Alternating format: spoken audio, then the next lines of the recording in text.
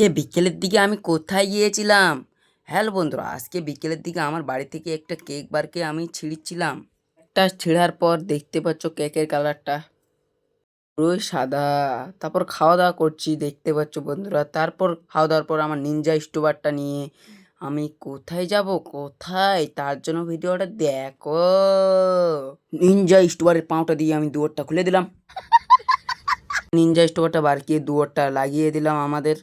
তারপর নিনজা স্টোবারে চড়ে আমি এখন যাচ্ছি কোথায় দেখো তার জন্য ভিডিও।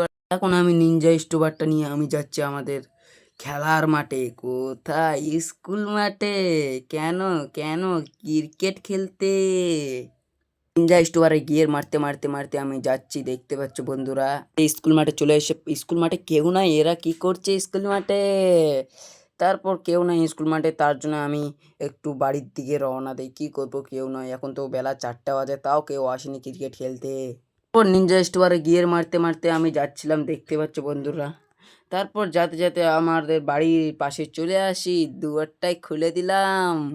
দুয়ার খুলে আমার নিনজা স্টোয়ারটা নিয়ে ঢুকাচ্ছি দেখতে পাচ্ছ বন্ধুরা। নিনজা স্টোয়ারটা নিয়ে এসে এখানে রেখে দিলাম। সাব্বির আর আমি এখন ক্রিকেট খেলতে যাচ্ছি। তোমরা এরকম মিনি ব্লগের জন্য সাবস্ক্রাইব আর ফলো করো। Tata, bye bye.